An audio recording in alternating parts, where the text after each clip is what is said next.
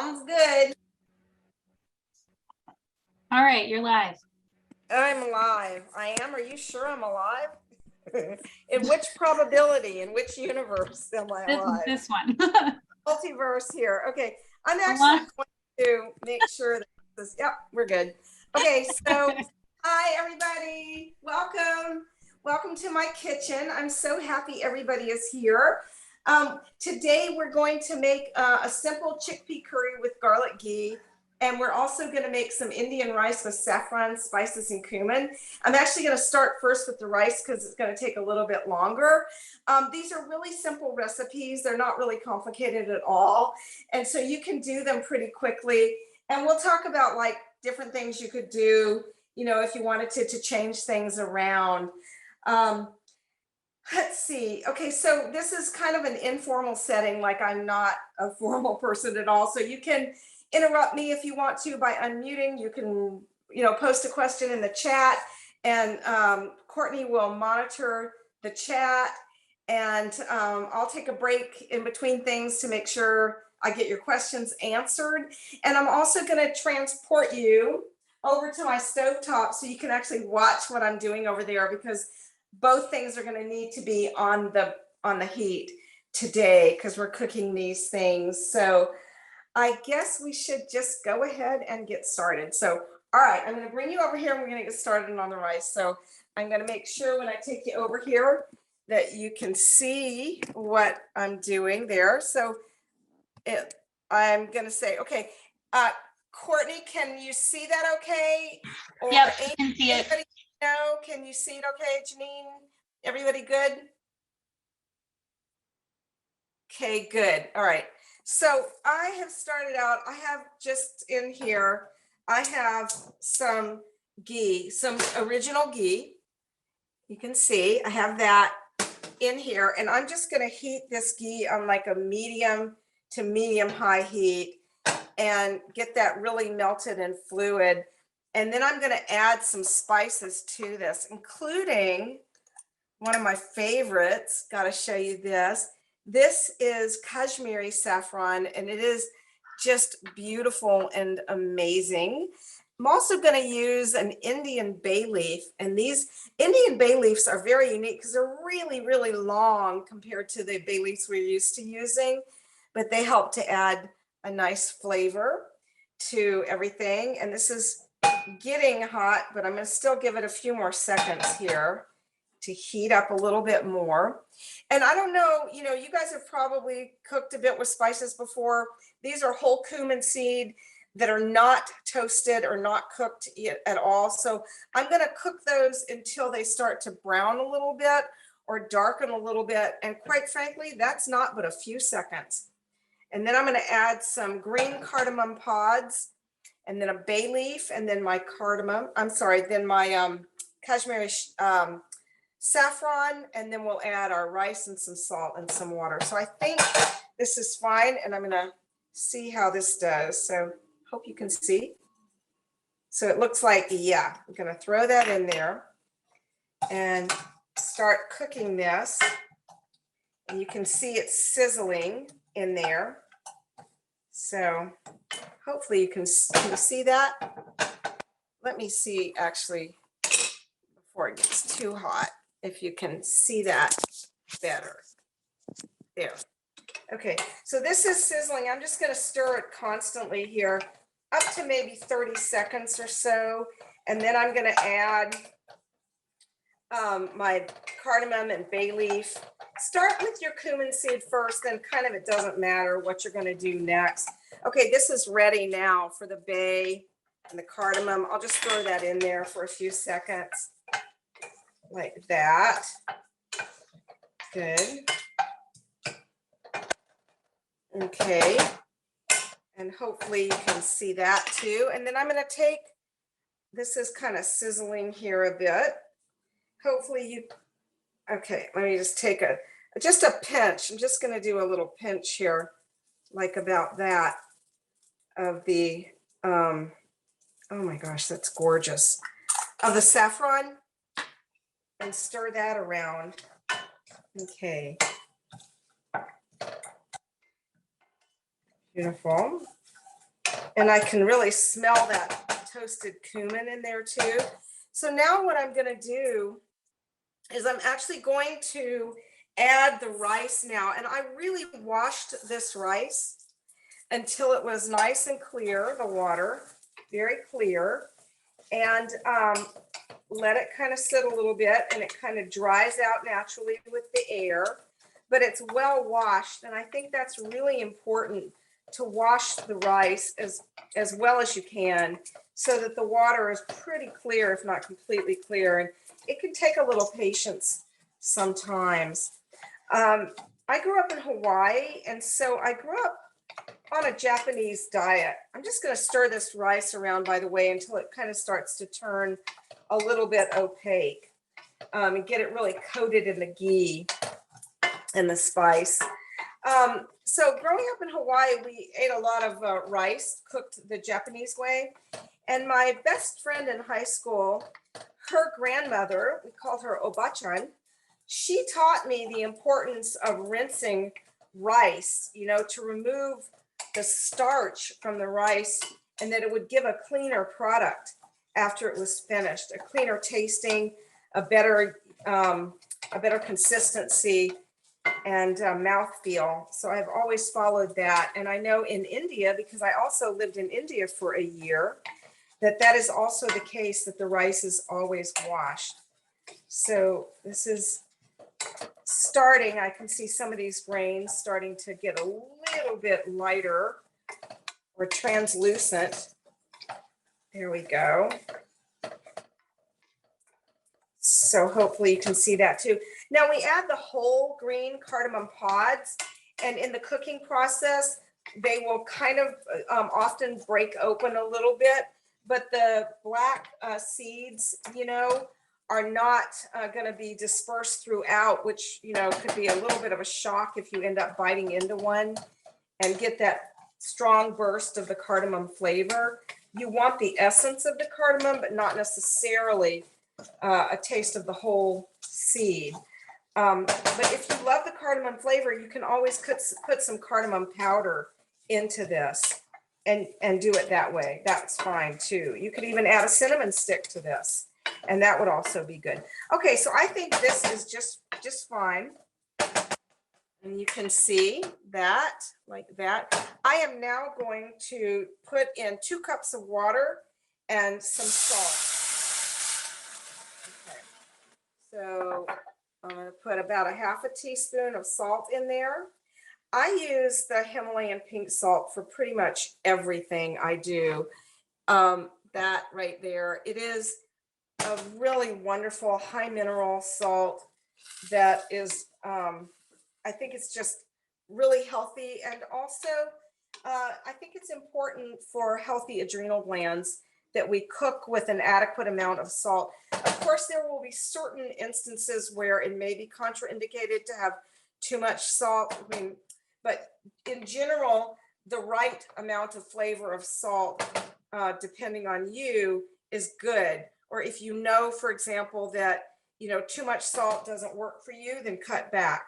So everybody's different, and what's right for one here is not necessarily right for another. Okay, so just as soon as this comes up to a boil, I'm going to put this on simmer, and then I'm going to let it sit. We're going to cook it for 20 minutes and then turn the heat off with the lid on and let it sit right there and continue to steam. So it's just circling around. I don't know if you can tell, but I'm cooking on a gas flame, which I really, really love. But you can do this just fine on electric too. Okay. So get all the right in there, and the saffron's going to give it a nice, beautiful flavor. Now, another thing you could do is you could add some turmeric to this if you wanted to, or you could add some additional ground cumin or coriander. This is just kind of a basic, simple recipe, but don't be afraid to experiment with some other kinds of herbs if you want to. Good. Okay, so you can see this is kind of, I don't know if you can tell, it's starting to really boil there. You can see around the edges. Yeah, very good. Okay, so I've got my lid here. So I'm going to now take this and turn it down to low, put a lid on it. There you go. That's good. And I'm going to time it for 20 minutes. There we go. It's all set. I'm just going to leave it like that. Make sure it's okay. Good. All right. So there we go. Now what I'm going to do here next is just bring you back over here before we start on our next project and ask you if you have any questions about anything. And if you think this is something you might try at home, if you like it, you think you like the look of it, or if you have any questions. So I will just hang out here and see if anybody has any comments or I have a questions. question. Sure. I cook with brown basmati rice. Yeah. Would you adjust the time of the simmer? Would you make it longer if you were cooking with brown basmati? Absolutely. Yeah, you might need to go for 40 minutes, 45 minutes on that. Okay, great. Yeah. Thank you. And But will you be receiving the recipe? Yeah, Courtney's gonna link for you to the Great. recipe on the website. I put them up there. Thank you. Yeah, and also, you know what, let me just show you the rice I use. We're using the aged basmati rice, which is absolutely amazing. The grains here are just incredible. It's been aged over 2 years. So you'll see when this is done, the rice is very long. I mean, there are some of the rice grains are like an inch and a half. It's incredible. The flavor is phenomenal and they separate beautifully. So aging basmati rice in India is actually really important, but we can see why once we cook it. So it's a real premium rice. The other thing you might notice about this rice compared to just straight basmati rice that you might buy in a store is that it tends to be a little off white in color. Like it's not just white, like, you know, like white on rice. It's not that at all. It's got a bit of a golden hue. And that again is that aging process. It's dried the rice grain out so much. It's really amazing. So that is what I'm using. You can absolutely use brown basmati rice. I think that would be delicious, but do let it steam then those last 5 or 10 minutes too. So great question. Anybody else, anything?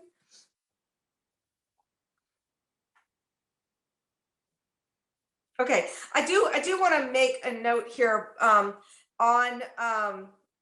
Ayurveda, because in Ayurveda, which is the ancient healing system of India, the doshas, which are our body constitution types, all of the doshas tend to do very well with basmati rice. It's easy to digest, it's nourishing, and depending on your dosha, you could do maybe more or less of it. But in general, it tends to be recommended in Ayurveda for, you know, centuries, for all different body types, you know. And typically it is cooked with spices, including ghee and turmeric or mustard seed, cumin seed, whatever, but they help to flavor the rice and also to balance the different doshas. So a vata dosha person could use a lot more ghee, for example. A kapha person could use a teaspoon of ghee and not quite as much, since they tend to be heavier and a little bit more internally damp. Pitta person, more ghee.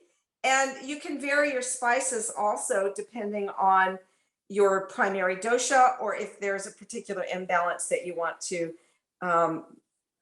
balance. So I saw something pop up. So let me just look here at the chat and see if I missed anything here.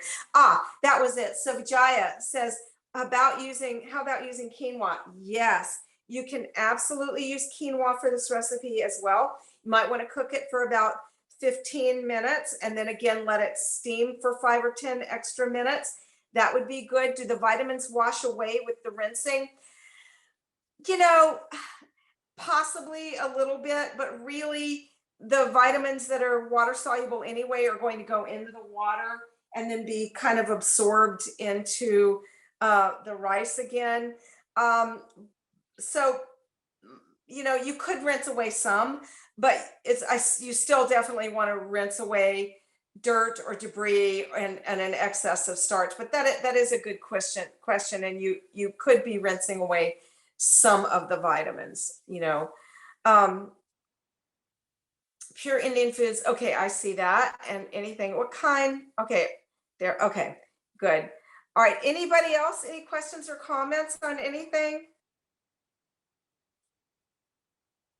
Okay, I'm going to bring you back over to the opposite side because we're going to start then on our chickpea curry, and I'm going to show you what I'm going to do here too. So give me a second here.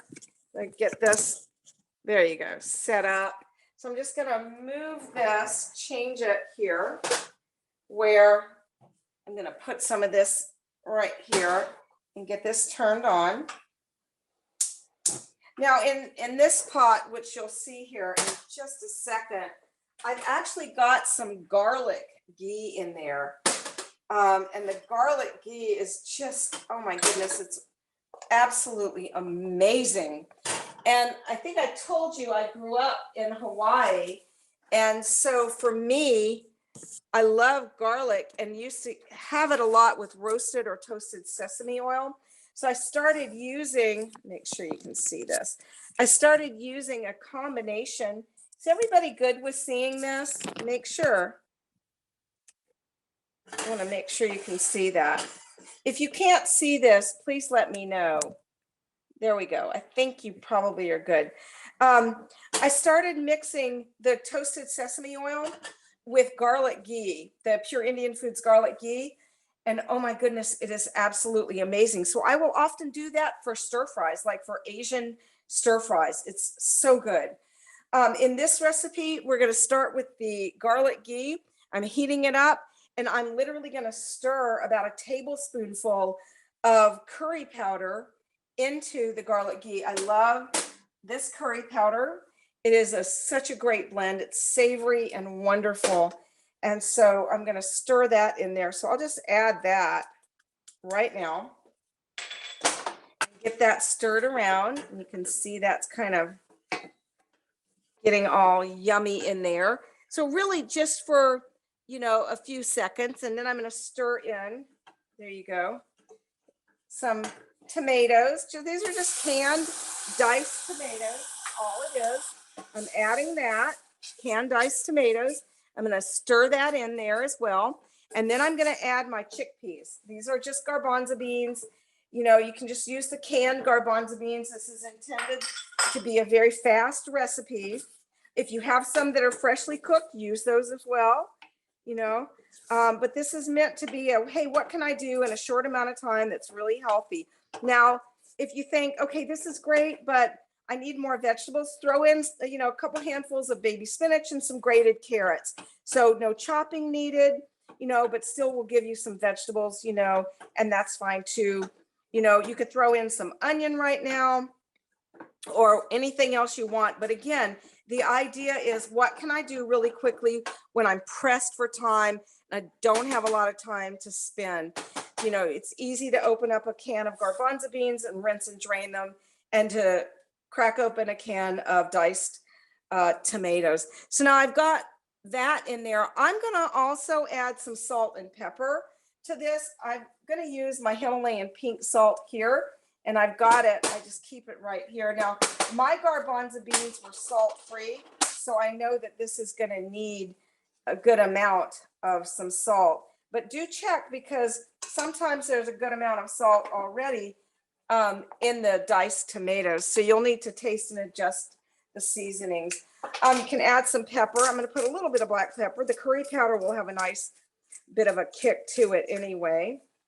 So that's entirely up to you. Now I'm just going to, there we go, get that. And I'm just going to now turn this on to a simmer, put a lid on it, turn it on to a simmer. There you go. And then right about the same time that my rice is going to be finished, in about 10 minutes, this should be finished as well. Okay. So I'm going to stir this often, because sometimes you can see, sometimes depending on which tomatoes you use or how much liquid is actually in there. It can dry out a little bit, and you can either add more tomatoes, or you could add, if you wanted to, you could add a little bit of broth, like a vegetable broth or bone broth, even if you wanted to, or a little bit of water is fine. Okay, so let's go back over here now and see. Okay, so anybody have any questions about anything I just showed you? Again, I'm going to pop over there in a second. I'll take you with me or bring it over here so you can see what it looks like. But there again, it's just simmering just fine. If it looks like it's really liquidy, then feel free to like cook it with the lid off, and the liquid can absorb. So much like chana masala we make. Let's see here. So much like chana masala we make. Good. Once in a while. Too much adds too much weight. Yes. Okay. What was the curry powder? I'm missing it. You know what? Thank you. I'll just show you right here. It's this one, the organic curry powder, which I just really love it. Let me see if I can kind of get you a showing of what it looks like on the inside. It's just a really rich, delicious curry powder. The ingredients are all certified organic. It's coriander, turmeric, mustard, cumin, fenugreek, cayenne, cardamom, nutmeg, cinnamon, ginger, cloves, and black pepper. And it's just wonderful. And so I like to just do this kind of thing a lot, where I'll put some ghee in a pan and just stir in the curry powder. And then I might just even just add vegetables or some kind of cooked legume like I did with the chickpeas, or, even add in some uncooked rice or quinoa, or, some potatoes that I chopped up, and then cook them that way, and just yum. Okay, that's looking good. So, okay, so let me close that. Good. So, Amy is saying that she can attest to the curry. Aw, thank you. It's a great one. We don't feel like using all the individual spices. Yeah, I agree. It is really well blended. And, I'm sure you guys are really busy too at times. And so you want something that you can do that's healthy and would not compromise good nutrition, right? And all right, so let's see here. Pamela is asking, would you cook tomatoes and potatoes together?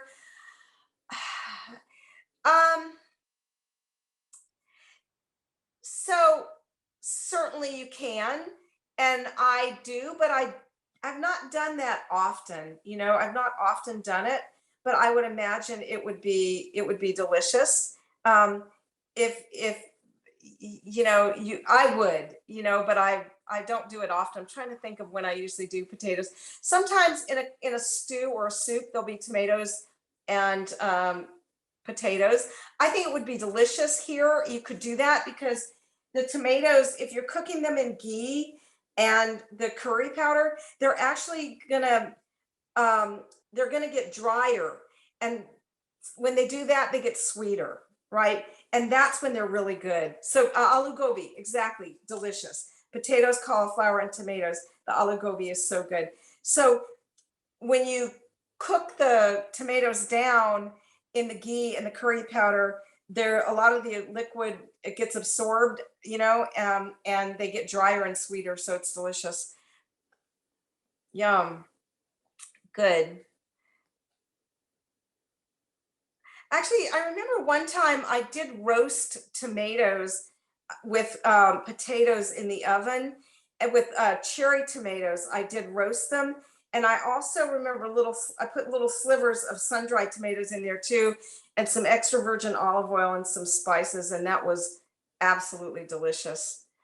Okay, good. So I'm gonna just give a stir. Oh, thoughts about nightshades. Yes, I do have thoughts. Let me just kind of give this a stir here. And you can also, guys, I'm gonna just bring you over here to see what I'm talking about, how this gets absorbed like the water. So can you see that here? How, there you go. So the liquid is really getting quickly evaporated here. but I kind of like it that way. If you want it to be a little bit thicker, you know, or a little bit liquidy, please do go ahead and absolutely add more liquid. So thoughts on nightshades. Nightshades are only a problem for some people, but not for everybody in my experience of doing nutrition. You know, sometimes the alkaloids can be problematic and create a situation. It will, yes, good. Thank you, Amy. It will thicken as it cools. Can create a situation of increased inflammation in the body for certain people who are sensitive to them. And in that case, you know, you can watch it. Some people do fine with certain nightshades. It might be a little bit easier for them to handle something like potato, but not green peppers or not tomato, you know. So it just depends on the person. Yeah, good. Anybody else? Let's check the chat here and see. Okay, so anybody else have any other thoughts? Did that answer your question about nightshades, or did you need anything more specific? Everybody's good? Okay. Anybody else have any other questions or comments or thoughts about what I'm doing here? So what happens if you don't like the chana, if you don't like chickpeas? You could do this with white beans. You could do this with black-eyed peas even. You could do a lentil if you wanted to. Anything you wanted to do. And you could even turn this into a soup, or you could further turn it into a stew, you know, with thicker chunks of vegetables, including potatoes, and that would work as well. I'm just going to give it another quick little stir here, and in about 3 minutes, it's really going to be ready.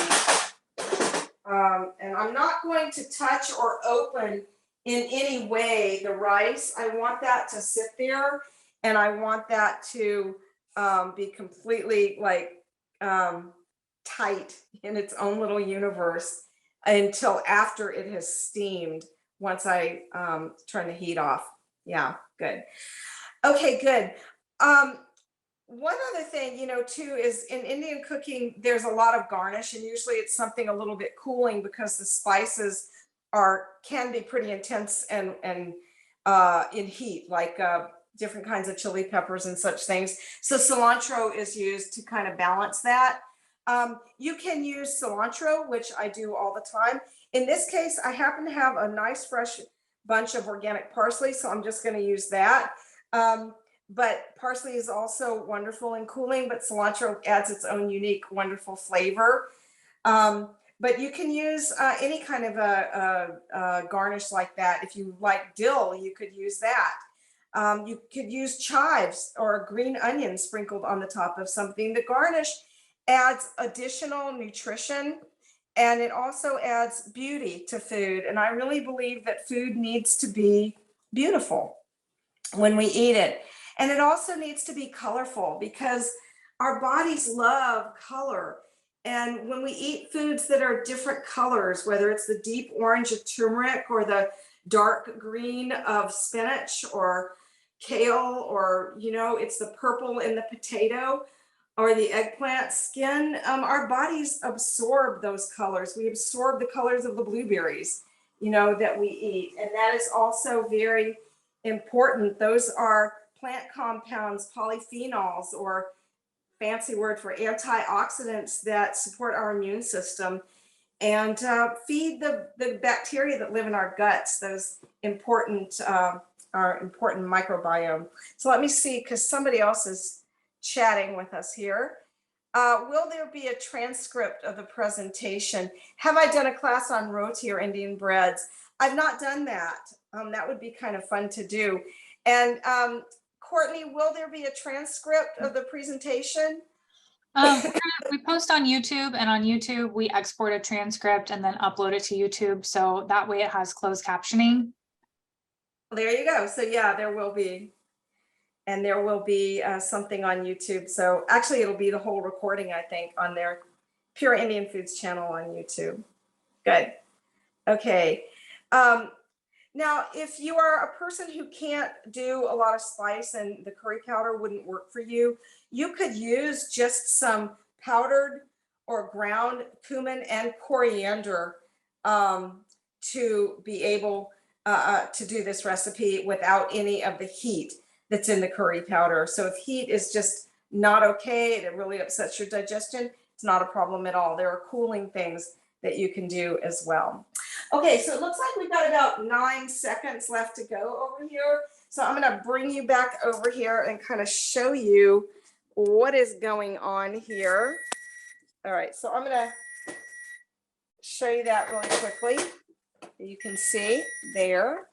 And then I'm going to turn my basmati rice off right now and let it just sit. And I'm going to time this, okay, for 10 more minutes.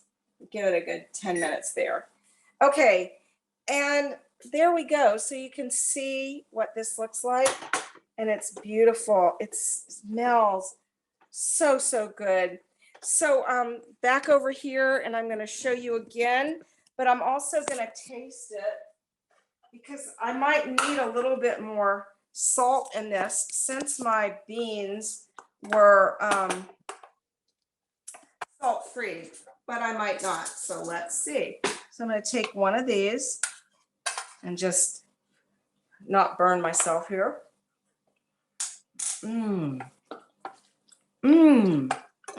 That is delicious. And it has just enough heat to it, but I am going to put just actually a tiny touch of a little bit more salt that'll melt right in there. And that'll do it right there. Now, if you wanted to, you could even add a splash of lemon or lime to this, or even stir in some yogurt if you wanted. Oh my goodness, this is really good. And that again would be entirely up to you. This would even be a good time to add in while it's still piping hot, you know, a handful of chopped up baby spinach, and that would just kind of meld or melt into this as well. So I am going to plate this like this. So put it right in a dish, and this should serve, this is enough to serve probably 2 people with the rice, or if you're really hungry, maybe even just 1 person if you can eat a whole can of the beans to yourself. So that's, there you go, like that. And then I'm going to sprinkle over that some yummy parsley. You can eat this on its own, or with a green salad, or with some crusty bread. I think this would be delicious stuffed into pita bread, or even with some delicious artisan sourdough bread and butter would be wonderful, or extra virgin olive oil. You can also melt, and in fact, you know what, I'm actually going to do that because it's so incredibly good. I'm going to take just a spoonful, a clean spoon here, and I'm going to put a little bit more of my garlic ghee on the top. So I'm just going to drizzle that like that over it. So not much, just half a teaspoon or a teaspoon. And that's going to give it even more of that yummy, garlicky, delicious flavor. So there. Okay. Now, is that something you think you might want to try to make at home? And you can see how quick and easy it is, cooking in 10 minutes. So anybody, any comments or questions on that? What do you think? Does that look appetizing to you?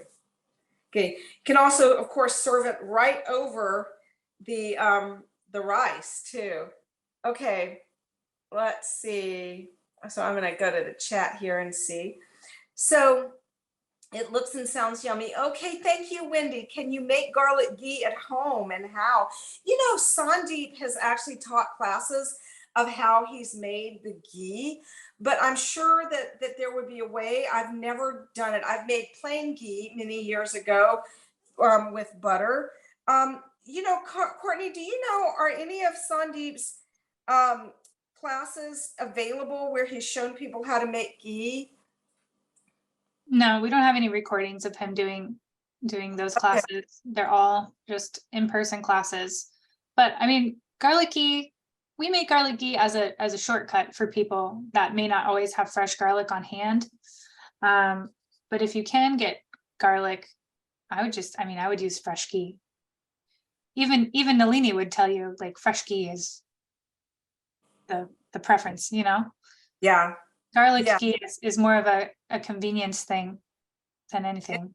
amazing too. But So it what, tastes like fresh garlic, which is like why it's so popular.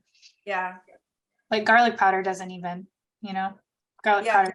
eh. well, one thing you could do then is you could actually make regular ghee, just lightly simmer the butter until the milk solids are separated, and then just you have the clear butter oil. You could make the ghee that way, and you could put like a clove of garlic into that crush as you're doing it to flavor it.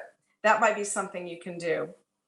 In fact, that would be something to try, and see how that goes. And maybe even, yeah, Barbara's going to try that. Good. And see how that goes. Okay, good. Great. Anybody else, anything? This is absolutely delicious and it smells wonderful too. So, okay. I want to mention just one other thing regarding ghee and garlic. I like Yeah. to chop up garlic, like mince it and put it in a heat-proof bowl, and then take hot ghee and like spoon it over the Mm. garlic. So just take really hot ghee and just kind of like, and it sizzles and it kind of cooks, and then I just put that as a topping on other stuff. So I do that a lot. I know it's not quite the same as garlic ghee, but it's garlic and ghee. It's very good. Oh my goodness, wouldn't that be amazing over potatoes? Mhm. Like- That's what I usually do it on, pickles and potatoes. Okay, so Amy wants you to say that again. Courtney, tell again what you do. So I take garlic and I crush it to get the peels off, and then mince the rest of it, just rough chop it. I put it in a heat-proof bowl, and then I heat ghee on the stove and just take a big spoonful of it and put it over the garlic, so the garlic sizzles, you get all the aroma. And then, like Alana said, put it on potatoes. I usually put it on potatoes that I've fried in ghee. And then I chop up those little baby like German pickles on it. And then like a dollop of mayonnaise and a whole bunch of dill and some salt. Take Amy's advice and put it on everything. Yeah. Yeah. Maybe Oh, not. bread. Like What fresh else? sourdough. Yum. Oh my gosh. With salt. Amazing. So good. Yep. Love that. Yes. Good. So, in fact, I have just taken the Pure Indian Foods garlic ghee and actually made amazing garlic bread out of it. So good. Okay, we've got about 2.5 minutes or so left while that steams. So anybody else, any comments or questions about anything? Let's see. Anything you want to add to it? Anything you think I left out that I should have mentioned? I hope you will have more of these videos. Well, I think we will. I think, Sandeep really wants us to offer classes to you all and fun cooking demonstrations. And, both Sandeep and Courtney have been really wanting to do this for quite some time. So we're pretty committed to it. When you say, Courtney? Oh, had to unmute myself. Yeah, no, our plan is to do it like once or twice a month, right, Alana? Absolutely. Can I make Yeah. a request? Can I make a question/request? Please. I can't really eat canned food, because I've had issues with, lead and mercury poisoning, and I have to eat, everything has to be fresh. So my request would be in the future, and I know it's convenient to open a can of garbanzo beans, but I have to soak my beans and then cook them before I use them. So yeah, my request is if in the future, if we have recipes or do classes, that we could use completely fresh food. Yeah.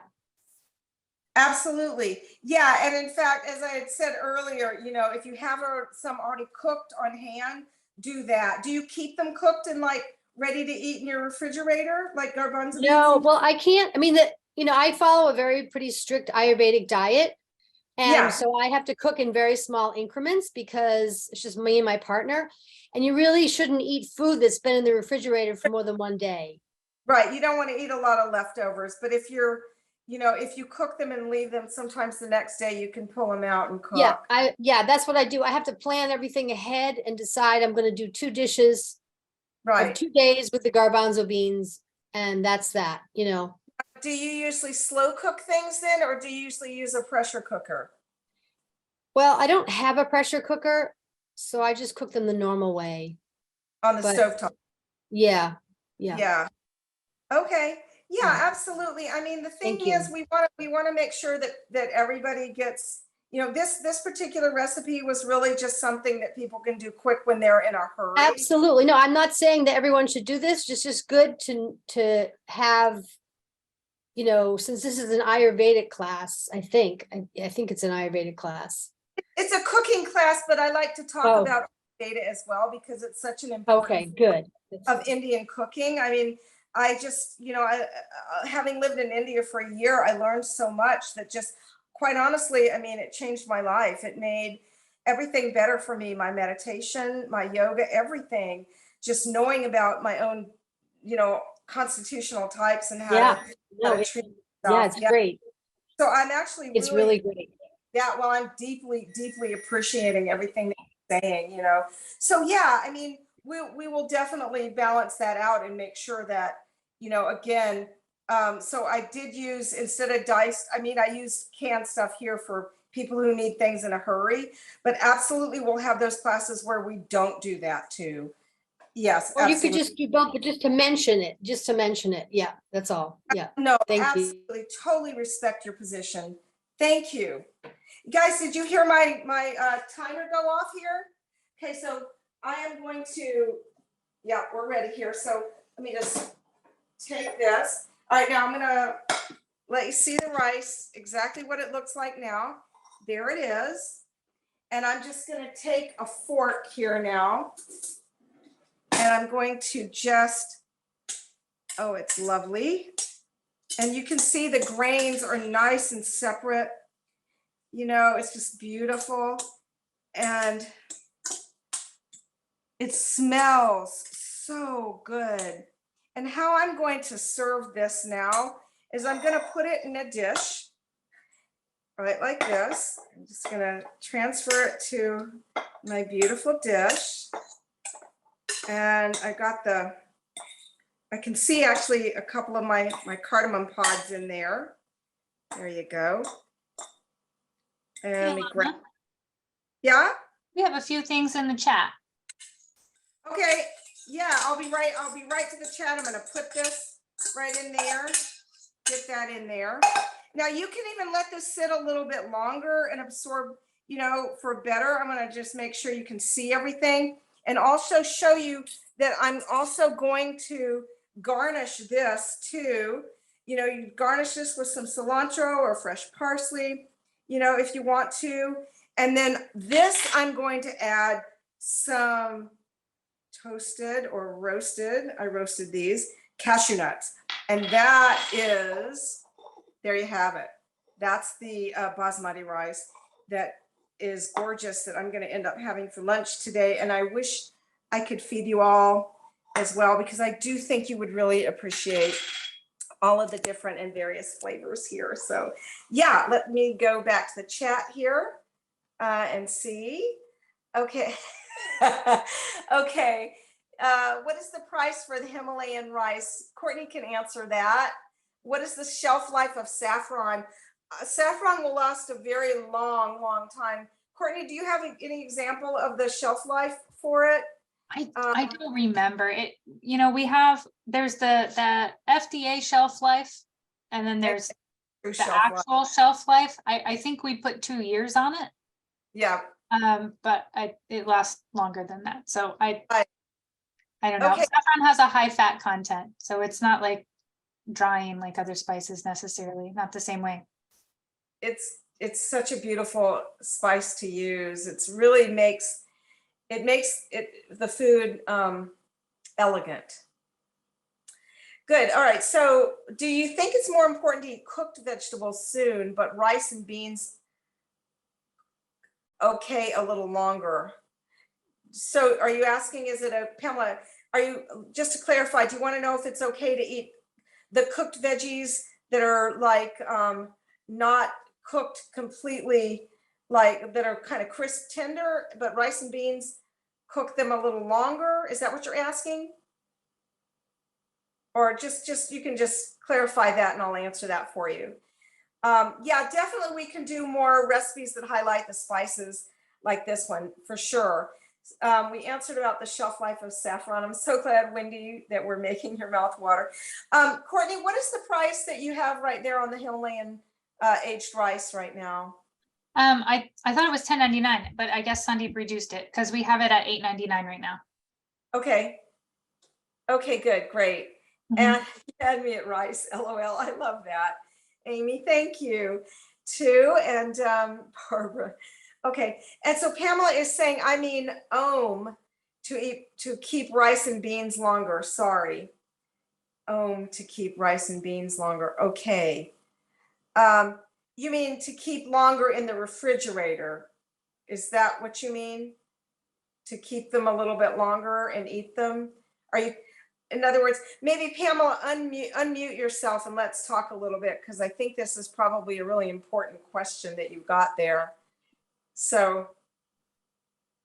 Sorry, I'm on a phone. It's the only way I could connect and it's so awkward. But Yeah.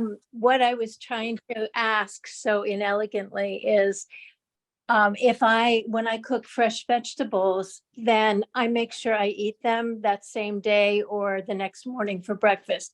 But for rice and beans, although I'm pretty strict, I don't mind keeping them longer, and I have no intellectual understanding of that, but it just seems like they're dried to begin with. They're not fresh. Right.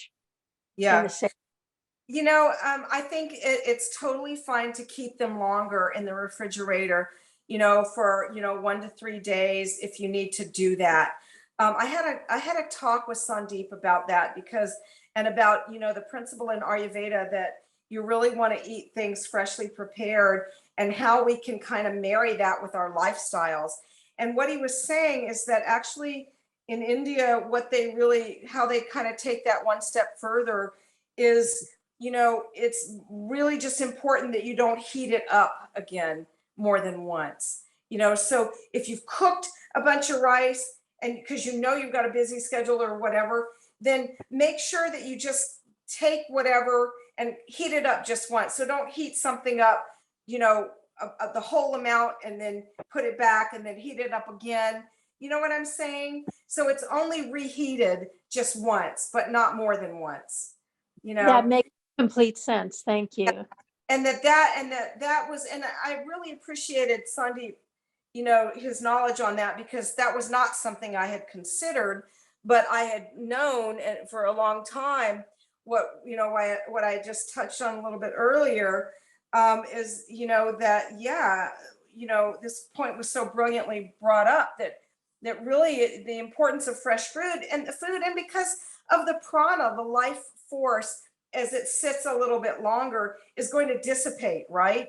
And so the fresher, the better. But that's not always practical for everybody, all the time.